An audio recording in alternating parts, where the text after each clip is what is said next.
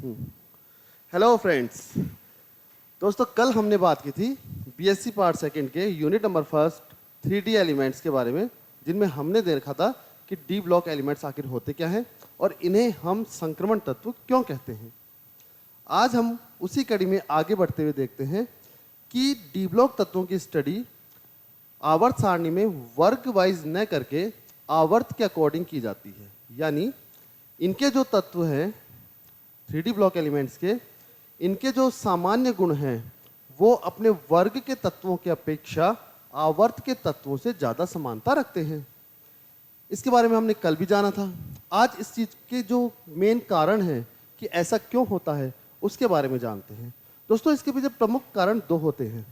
पहला होता है इनका बाह्य इलेक्ट्रॉनिक विन्यास। इन सभी तत्वों का बाह्य इलेक्ट्रॉनिक विन्यास है वो समान होता है, जो होता है n-1 d 1 to 10 ns1 या 2। देखो, सभी तत्वों के लिए ns2 या ns1 होता है। यहाँ 1 या 2 इसलिए लगाया गया है क्योंकि दो एक्सेप्शंस होते हैं इनमें, क्रोमियम एंड कॉपर।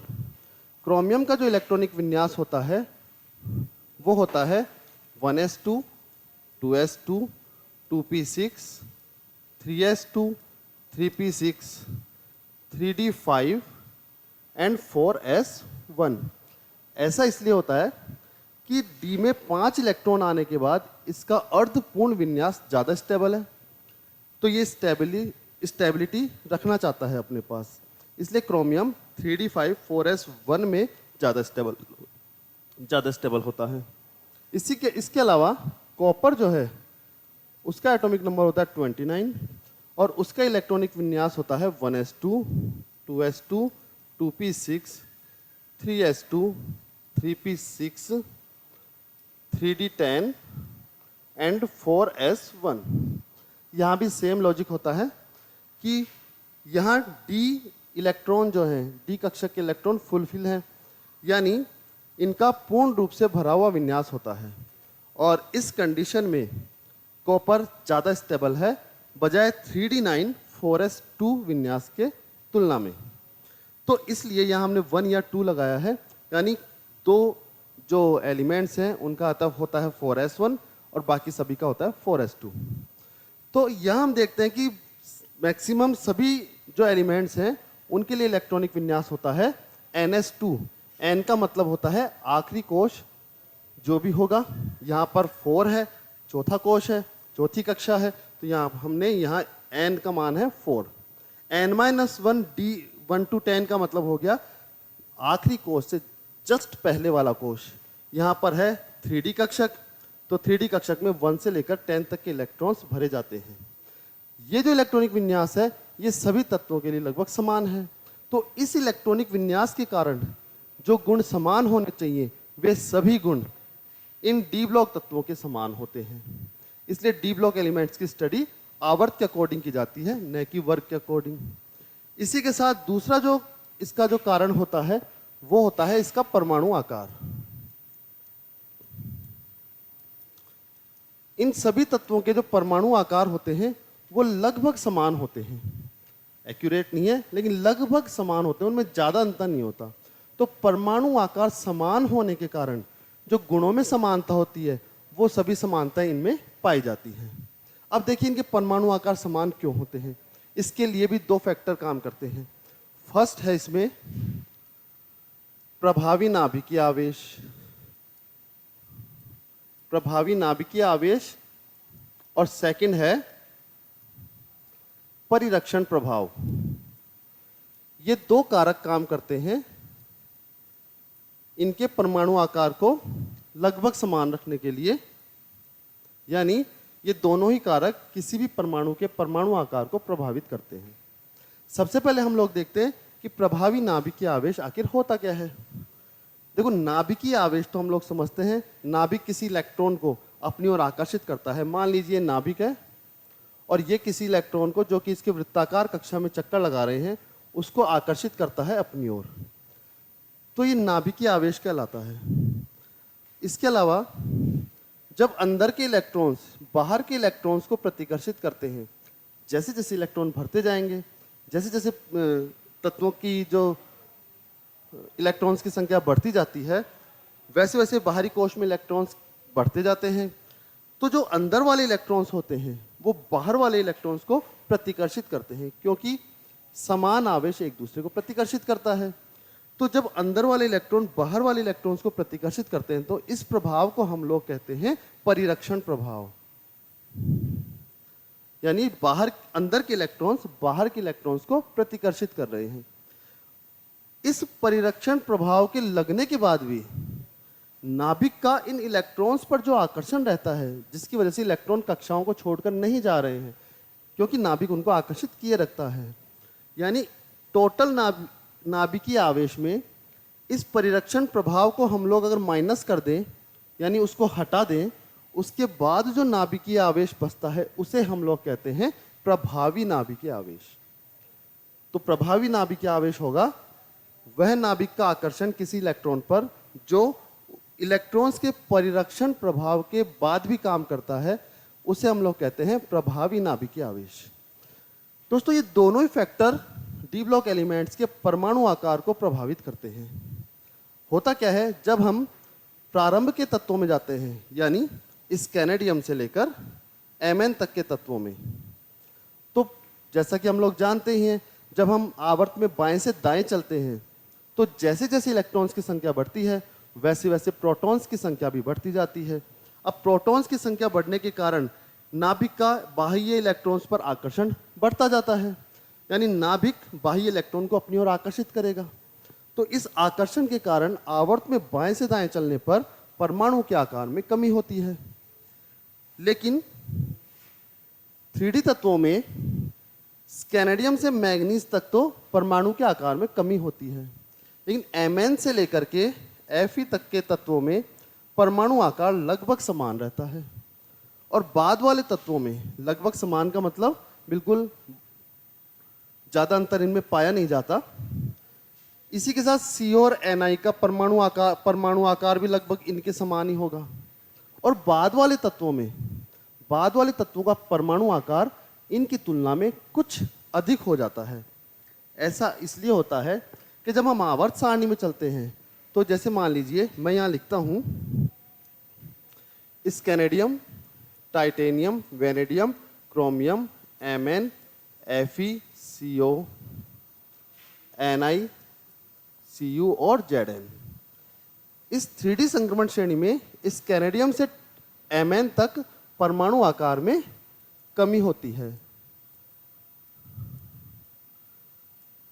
Mn और Fe का परमाणु आकार लगभग समान होता है, या फिर हम लोग कह सकते हैं मध्य के जो तत्व Mn से Ni यानी निकिल तक के जो तत्व हैं, इनका परमाणु आकार लगभग समान होता है। इसमें से इनके आकार में तो बहुत कम अंतर होता है और मामूली अंतर इनके आकार में पाए जाते हैं, और कॉपर और जिंक के आकार इनसे कुछ ज़्यादा होते हैं। यानी हम लोग कह सकते हैं कि इनके परमाणु जो आकार हैं वो लगभग समान होंगे और इनके परमाणु आकार होंगे कुछ अधिक होंगे। वो इसलिए होता है, जैसे ही हम आवर्त सारणी में बाएं से दाएं चलते हैं तो 3D संक्रमण श्रेणी के शुरुआती जो तत्व हैं उस वक्त डी कक्षक में इलेक्ट्रॉन आना शुरू होते हैं। यानी जैसे हम लोग बाह्य इलेक्ट्रॉनिक विन्यास की बात करें तो इसका स्कैनेडियम का इलेक्ट्रॉनिक विन्यास 3D1 4s2 होता है। 3D1 4s2 का मतलब स्कैनेडियम में यहाँ एक इलेक्ट्रॉन है हमारे पास, टाइटेनियम में 3D2, वेनेडियम में 3D3। इसी तरह से इलेक्ट्रॉनों की संख्या बढ़ती जाती है। तो जैसे जैसे इलेक्ट्रॉन्स बढ़ रहे हैं प्रोटॉन्स की संख्या भी बढ़ रही है, और जो नाभिक का आवेश है इलेक्ट्रॉन्स पर, यानी आकर्षण है जो इलेक्ट्रॉन्स पर, वो बढ़ता जाता है।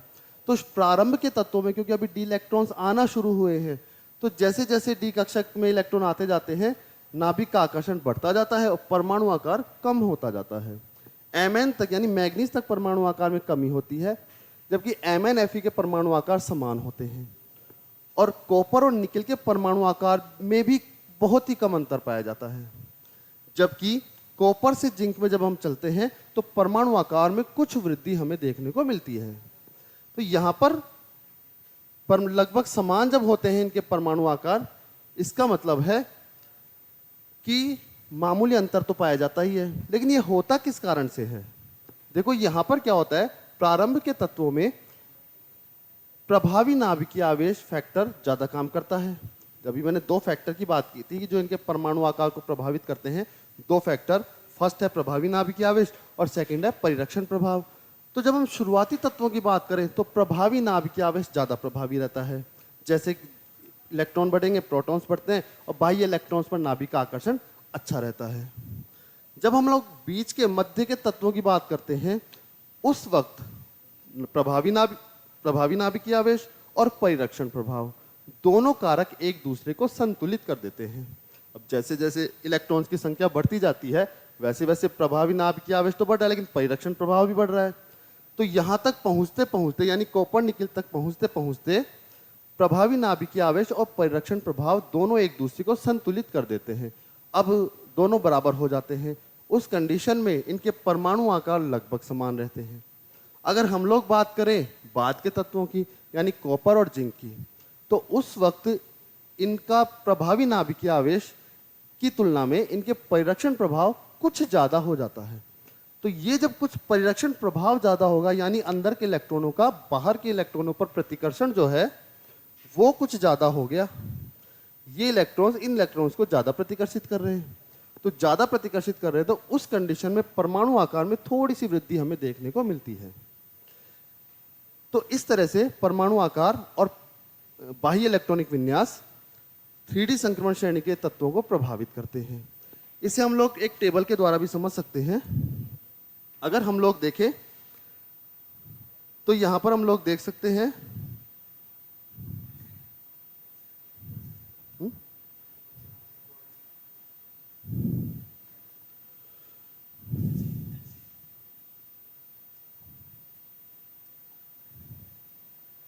यहां हम लोग देख सकते हैं, ये एक टेबल है हमारे पास, जिसमें यहाँ scandium, titanium, vanadium, chromium, Mn, FeCO, NiCu, Zn सभी 10 तत्वों के एटॉमिक रेडियस जो कि एंगस्ट्रॉम में है वो दे रखे हैं।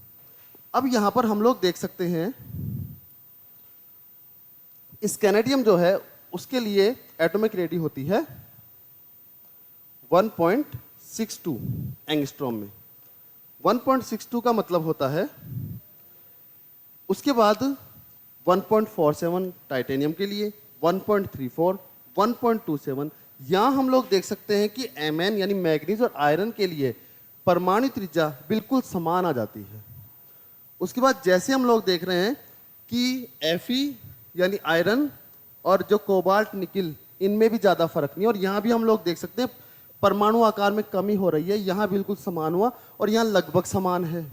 लेकिन जैसे हम लोग कॉपर और जिंक में जाते हैं तो परमाणु के आकार में कुछ वृद्धि हो जाती है, क्योंकि यहाँ तक तो प्रभावी नाभिकीय आवेश फैक्टर काम करता है।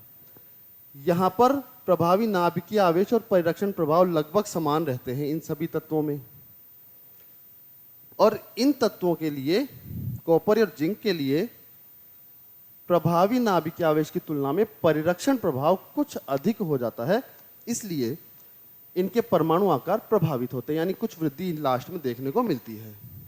तो इस तरह से हम लोगों ने आज जाना कि जो 3D ब्लॉक के एलिमेंट्स हैं उनके जो परमाणु आकार होते हैं वो लगभग समान होते हैं, इसीलिए उनकी स्टडी वर्ग वाइज न करके हम लोग आवर्त के अकॉर्डिंग करते हैं।